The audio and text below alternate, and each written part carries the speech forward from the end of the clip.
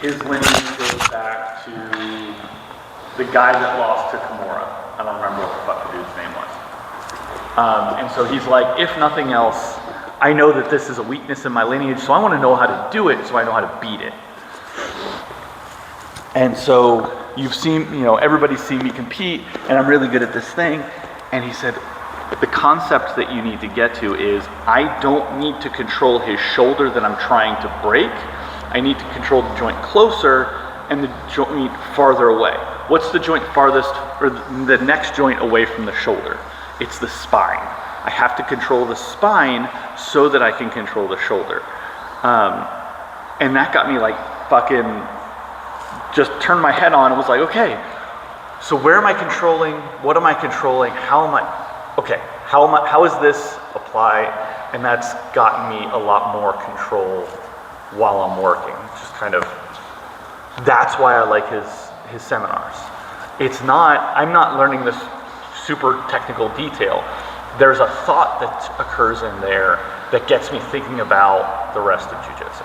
I have to leave early. I got a 10 o'clock, so I'm gonna. Okay, no, you're good. Yeah. Sorry. So let's get half guard. I don't know if Jason's coming. I assume he was, but so what I was thinking of, and if we change it up for you for today, that's cool. But this is what I was thinking of going over. We've been working on this twister half. So from this in here, this, and then I'm just playing with this. If I get this arm through, like I was showing you before, right. That little short arm bar, or short Kimura wrist lock, right. With the weight on you, like you can feel the difference. This is what Jason was doing. Right. I want you to think of this in your comp. If you can bury this, I do this to you sometimes. Bury the wrist in here. So the more you flail, the more you expose your elbow. Right. I get this Kimura, but I'm having to slink up higher on your chest. And you can already feel the pressure's not on your diaphragm. Right. I'm using my knee to invert, rotate, And then back to T Kimura, which is a good position for you to do. T Kimura allows me the crucifix. Is that something that you do already? It is. Okay. It's something that I like. Then we don't need to go over it. Nope. But you could drill it. So, working on this T Kimura. Here.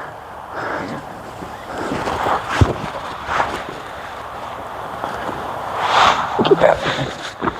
Nice. Come on, nice and tight. There. So, it's nothing I have to really teach you. We can just drill it. And then we can go to different options. So there. Boom.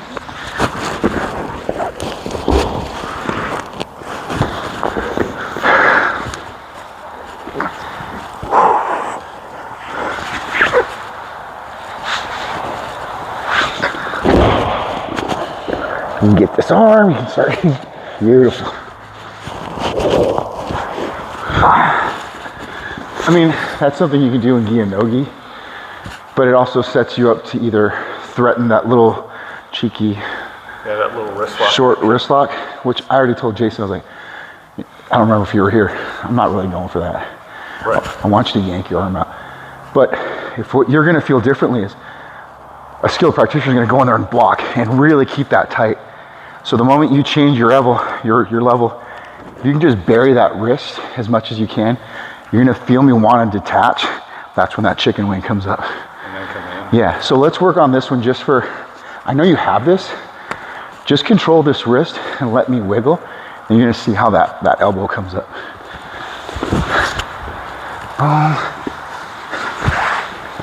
And just keep this in my hip pocket right here. And let me try to, see what I mean? I can't do anything with this because it's pinned to my hip, and I can't push on your, and I'm not doing anything with my leg. It gives you that fucking escape. The more I struggle, the more I'm opening up.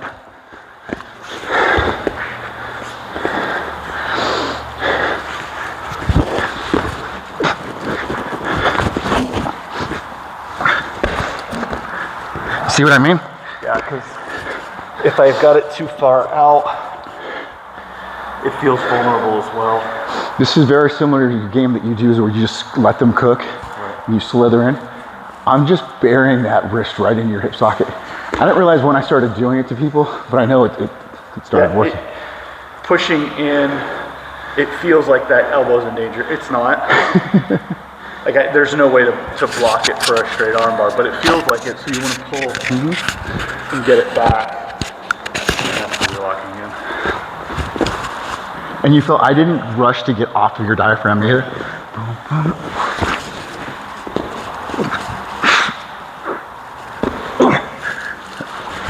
Beautiful. It's almost like I'm giving it to you and I'm not. You can feel me fighting. Obviously I'm fighting for a reason. But I'm wasting my effort. Right. I've got it. You don't have to rush. Right. And if you want, I'm pretty sure you can probably go to mount. You go anywhere you want there from there. But that T-Kimura is strong. Can we try it one more time? Yeah. Let me get my little legs in.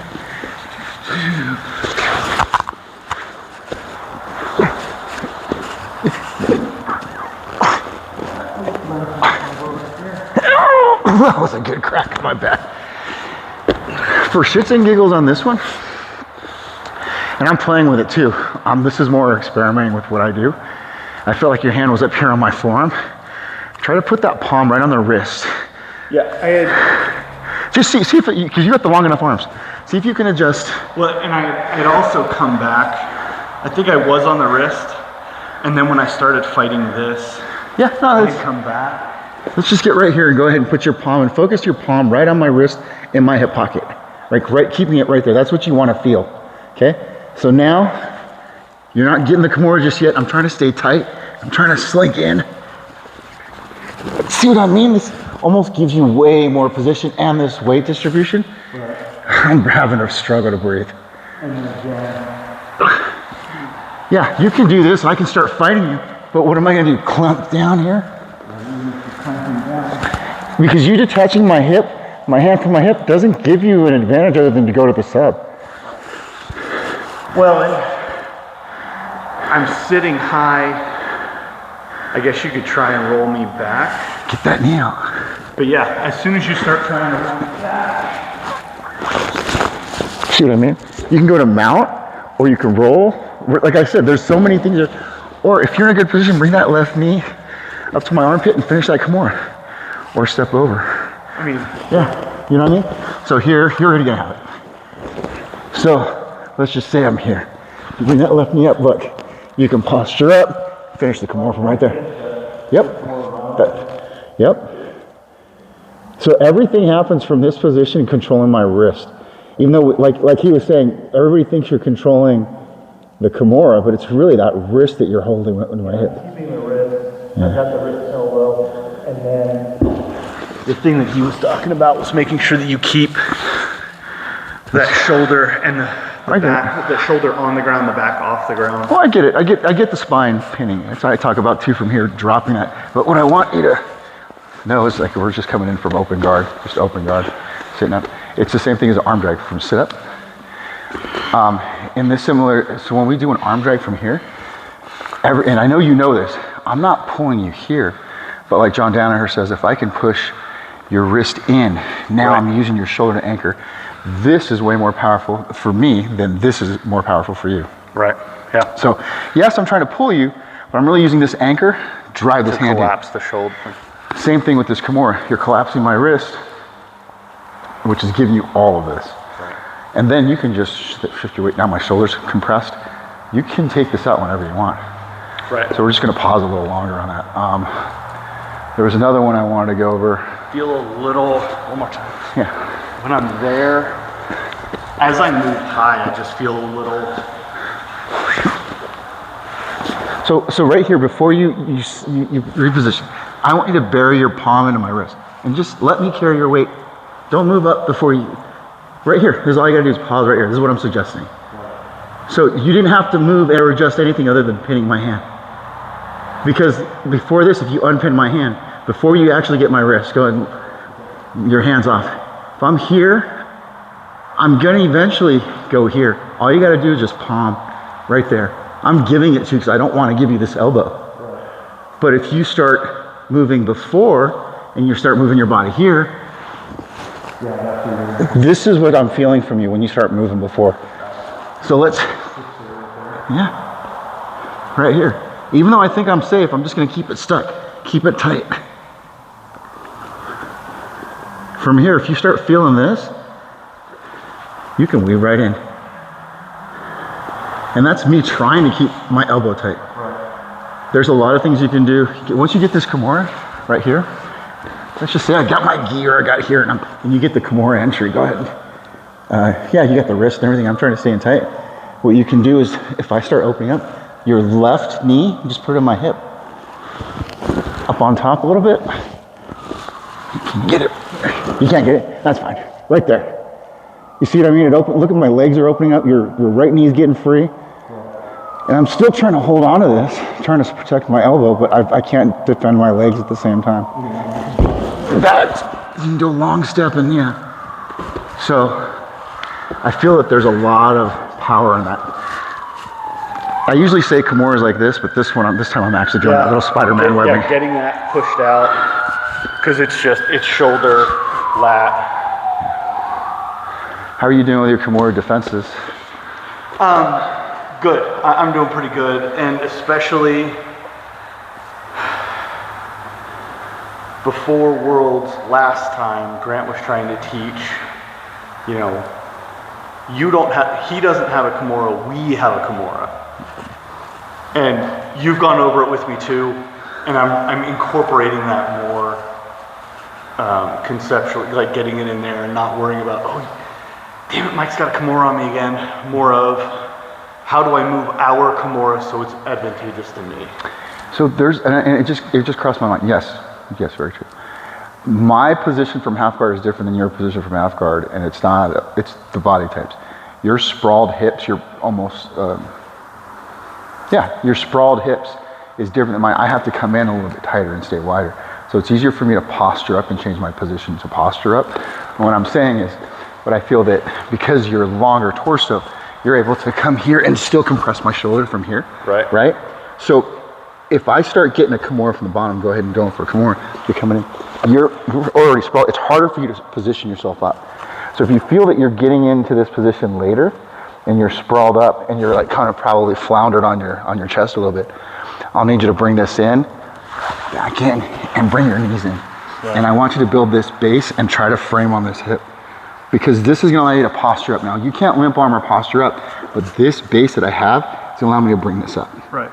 That's what I want you to think of. That I feel that you might be susceptible. What I've been doing is something similar. Cool. It helps, but it's hard to find a good place. So if I start getting your half guard smash position. So if I feel that you're not bringing this hand forward and I'm trying to attack the Kimura,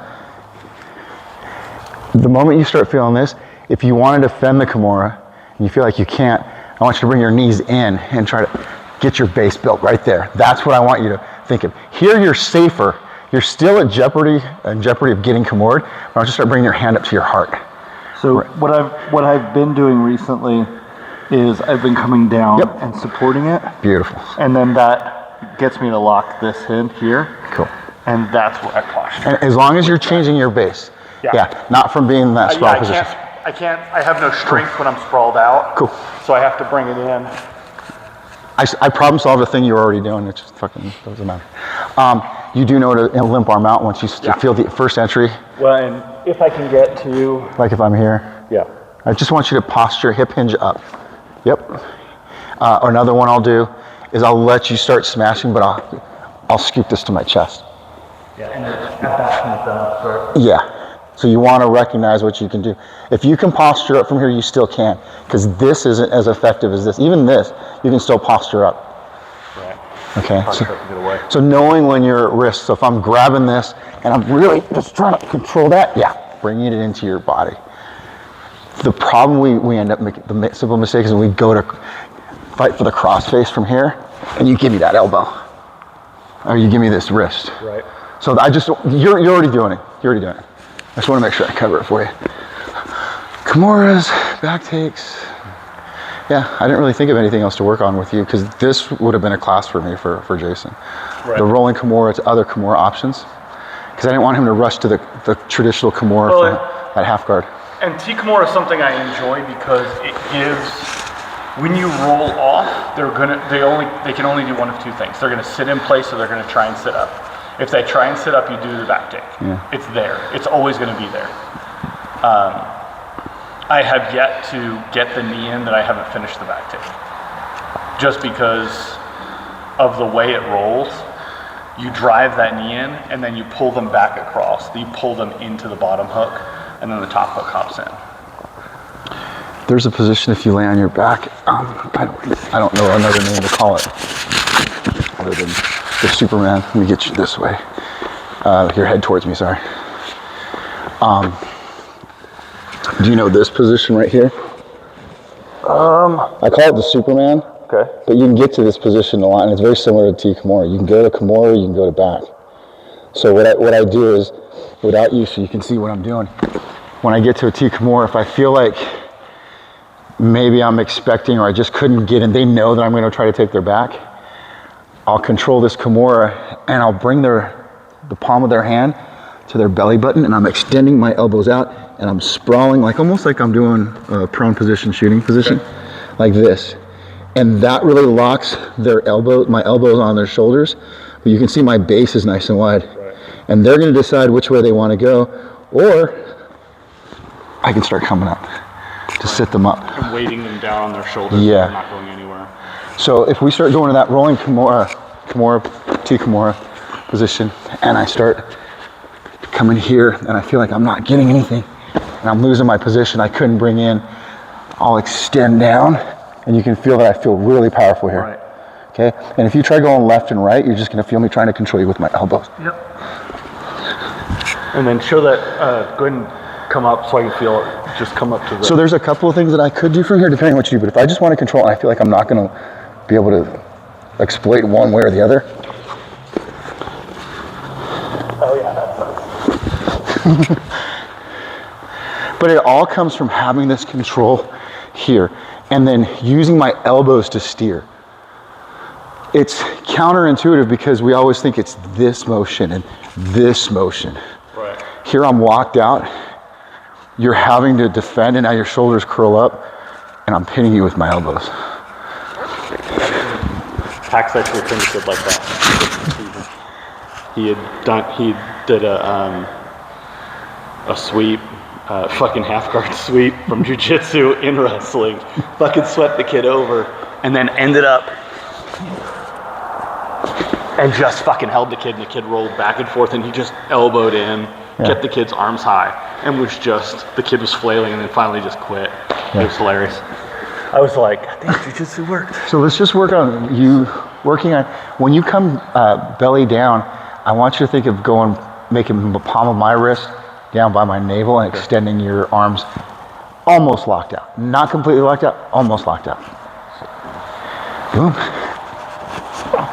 So I want you to be belly down, wide thighs, prone position, and I want this extended so that I can't come up and I can't go left and right. This is just locked in place. Now you're gonna feel your elbows being able to rotate. It's a good controlling position. And I call it the Superman. I think we call it the Superman at 10th Planet, going belly down. So from there. I feel like from here, you go to your right. You can let me go. And then you're not going anywhere. Nope. If you go to your left, You can go back into that T Kimura trap, right? So it just depends on what you want. It just depends on if I'm gonna fight from here, and I don't want to give you anything, and I'm just trying to get my arm back. You go back to standing me up. Yep, there you go. Staple my arm. Yeah, there you go. You can do all kinds of positions, but it's holding that arm on the belly, holding that hand on the belly, because we think we're going to go to a Kimura from there, but it's just a weird position from north south. Sent out. And then again, even if your position comes there to there, you don't want that coming off. Nope. You're going to fight to keep that there.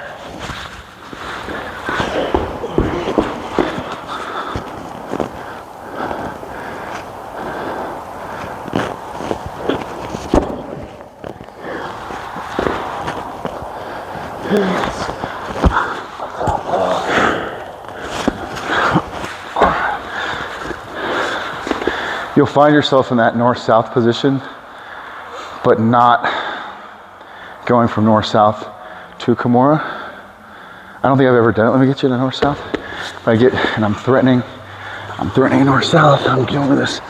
I don't think I'll go to Kimura to here unless I see it. So I'm not going from here. I'm actually going from the half guard or side control to that Kimura, to the rolling. I think someone showed me that it's there if they try and wedge, Yeah.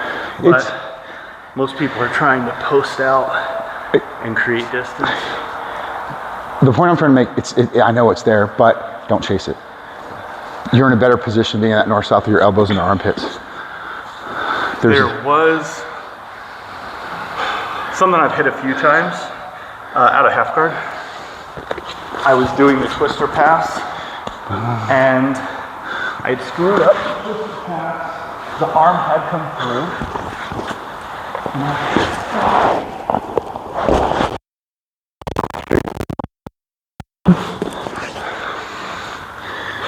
And it came off of me being too high, but their arm was down. They had nothing to defend it. No, there's a lot of game from that half guard. Yeah, and that is one of the things that I like about that twister passes is that it does. Oh, wait. No. I love this position.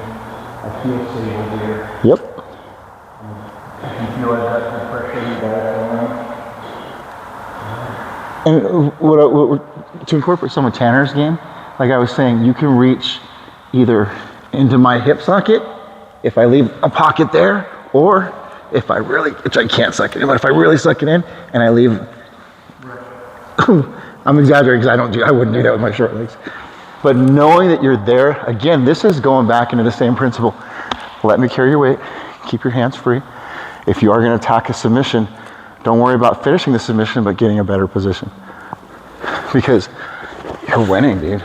The only reason why I would roll out of that top Kimura position is because I'm not getting points. I feel like I could, you know what I mean? Like if I'm stuck there and they're just really good at keeping me in their half guard. If I was doing a tournament. I think the only reason I would go, I might leave there. If I had swept to top half guard and we're tied, Makes sense. I have to leave there. So obviously, this is what we're talking about, strategy for tournaments. Yeah. That's one thing. No, you're Because good. even if I don't get the back points, if time is low and I'm down on advantages or demerits or whatever, if I can leave, once I get out of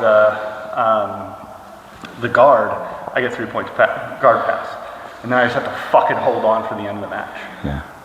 Advantage for, I'm sure they do an advantage for attempted submission, right? Yeah. So there's advantage? I would get the advantage at the end for the attempted Advantage submission. for this attempted submission.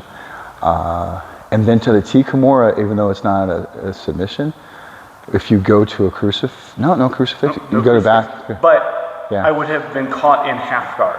And by escaping half guard Okay. to an advantageous position, which is crucifix, Yeah. it's not a Yeah. traditional position That that you you did, yeah. score, but I'm out There you go. of guard. Cool. And I'm in a place where I want to be. I chose to be there. That's good. Because what I saw a lot at IBJJF Open, and that was my first time seeing it. I don't remember if I've seen it before, but I just wanted to go see what they do like here. Everybody was caught in half guard in the gi. Everybody was caught. And I saw, dude, that twister half, that toe walk, that heel toe walk was money. And even at the higher level, I didn't see the black belts doing it. Right.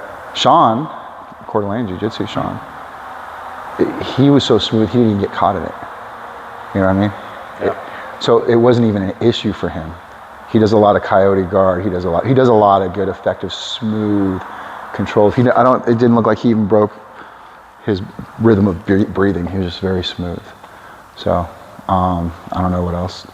Is there anything you want to cover? Because that's kind of what I was going to go over Kimuras today. I was going to start doing Kimuras with Jason. But I've exposed you to Kimuras. I'd be throwing them And I at you. appreciate it. Yeah. Well, and Kimuras are a risk for, I have long arms, relatively long arms. So it's a risk. It's something I have to go to. Yeah, no. Since Blue Belt, I've just always done it. Yeah. Yeah. And they're there. Yeah. And they're still part of my arsenal that I go, oh yeah, I still do that.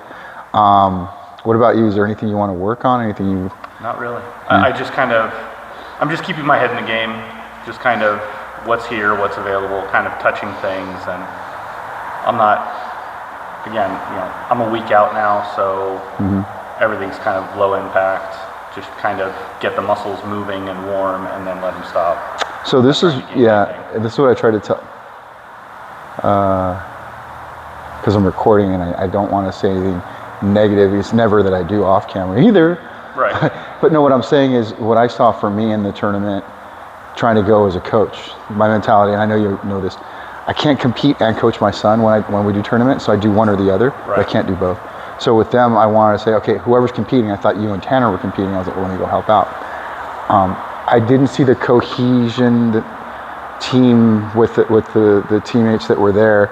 There were little break-off points. I was hoping that we would get together on Friday and we would drill. Right. And then in the morning we get together, hydrate, flexibility, warm up, drill, and do that. So I didn't see that structure. So I want to start doing that for the local ones. I can't travel to Vegas with you, but Right.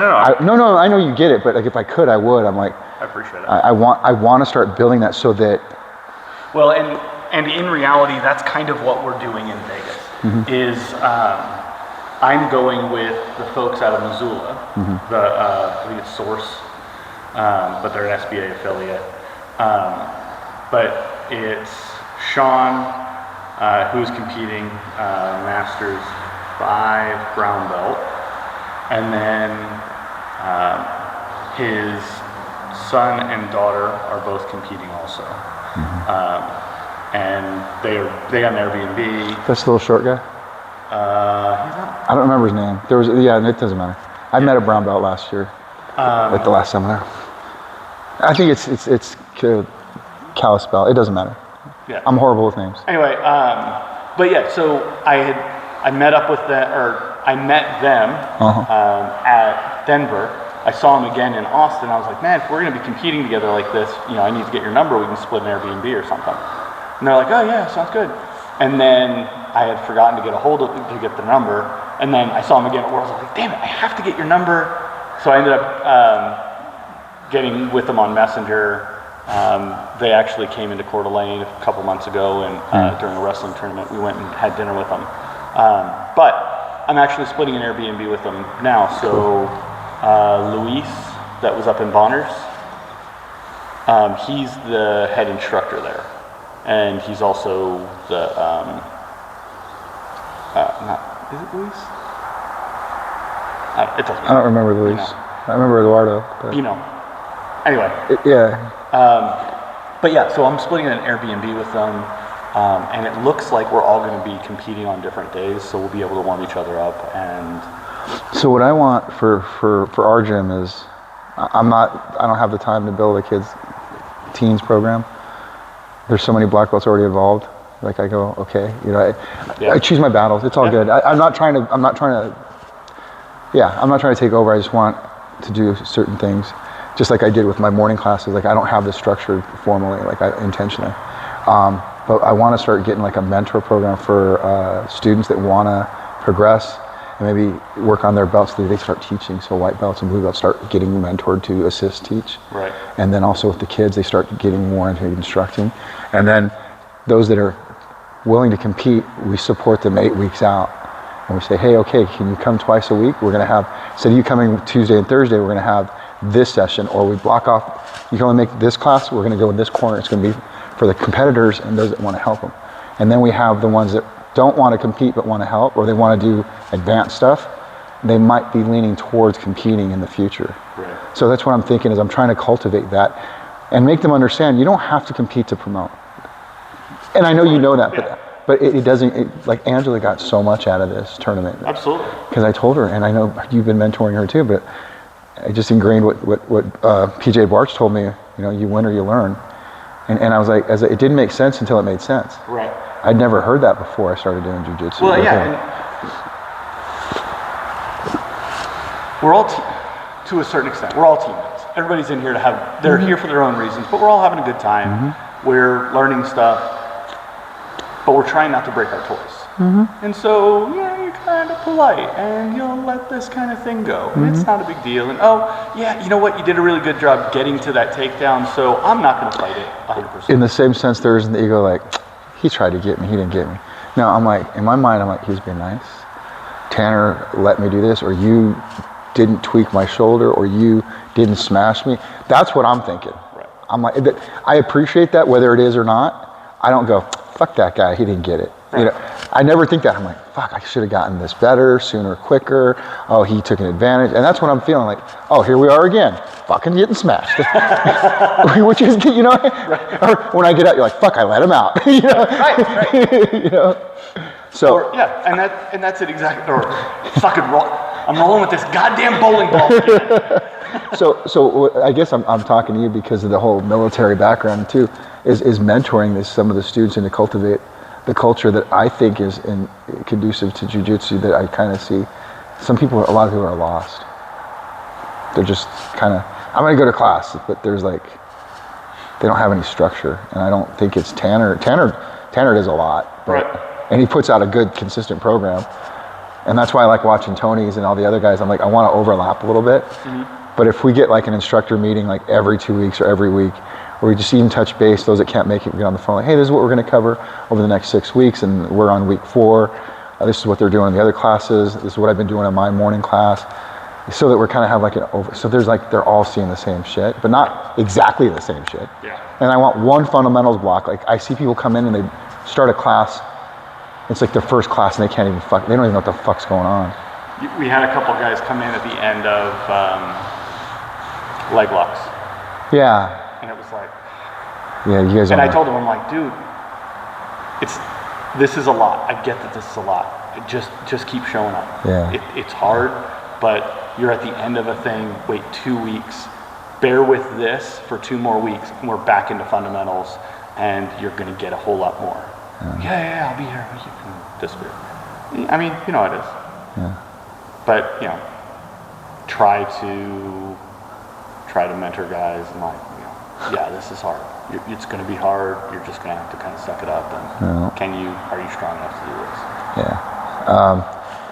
With your thing, you're competing. How much longer are you competing? I'm gonna pause the recording. Yeah, go for it. I think how much longer are you going to be competing in the? What are your goals? You said in blue belt. You wanted to go up to